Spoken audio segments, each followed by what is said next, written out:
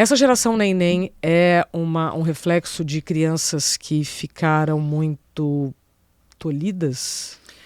A gente pode ter um programa inteiro para falar só dessa geração neném. Sempre são multifatores, né?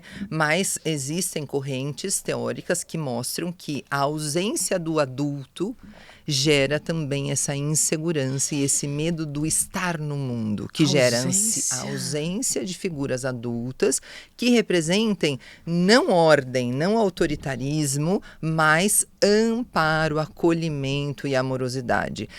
Não, olha que eu não estou falando da ausência de pai e mãe, eu estou falando da ausência de adultos. Exato. Percebe? Uhum. E aí a gente volta na comunidade. É preciso toda uma comunidade para que essa criança floresça.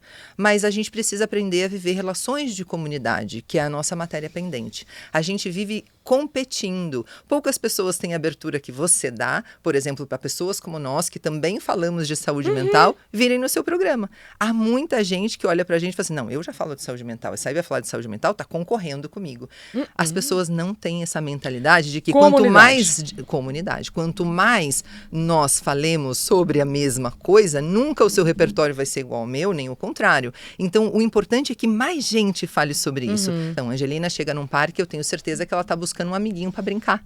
E num instante ela já vem, mamãe, eu fiz um amiguinho. Como é o nome? Ela nem sabe, não importa o nome. Ela tá brincando, se entregando, ficando comum, ficando igual a ele, percebe? E a gente tem essa pendência ainda. A gente se vê muito como rival, muito competitivamente, e a gente precisa entrar numa comunidade de pessoas que cooperam e florescem juntos. Eu vou fazer uma frase e você completa, tá?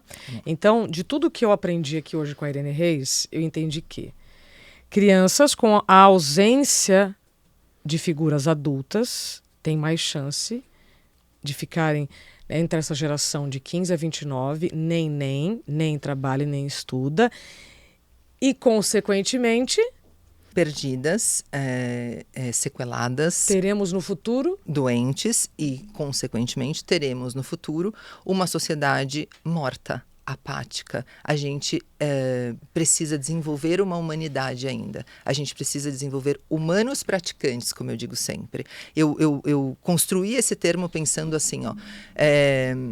Tem gente que é humano não praticante. Sabe o IBGE? Quando passa e pergunta assim, qual que é a sua religião? Eu sou católico, mas não praticante. Faz nenhum sentido isso. E tem gente que estende isso a ser humano não praticante. Adorei. Né? Então, humano não praticante é aquele que, tendo cara de gente, corpo de gente, gente não é.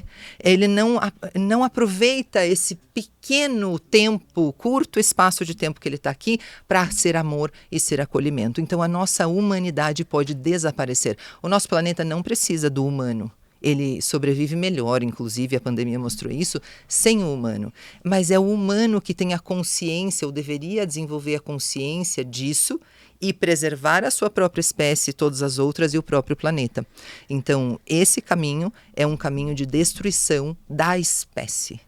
Veja, a licença paternidade ainda hoje no corporativo é um tabu. A gente ainda fala de 5 a 20 dias de licença paternidade. E quando existe, os pais não tiram com medo do que os colegas vão dizer. Exatamente. A gente tem essa juventude que está sofrendo de ansiedade. A gente tem um aumento, Isa, de 136% de casos de ansiedade, depressão, ideação suicida e até suicídio consumado, cada vez com menos idade, 12, 13 anos de idade, acontecendo independentemente da classe social. A minha imagem, na minha tela mental, vem alguém cheio de energia, briguento, contestador, perguntador, ativo, produtivo.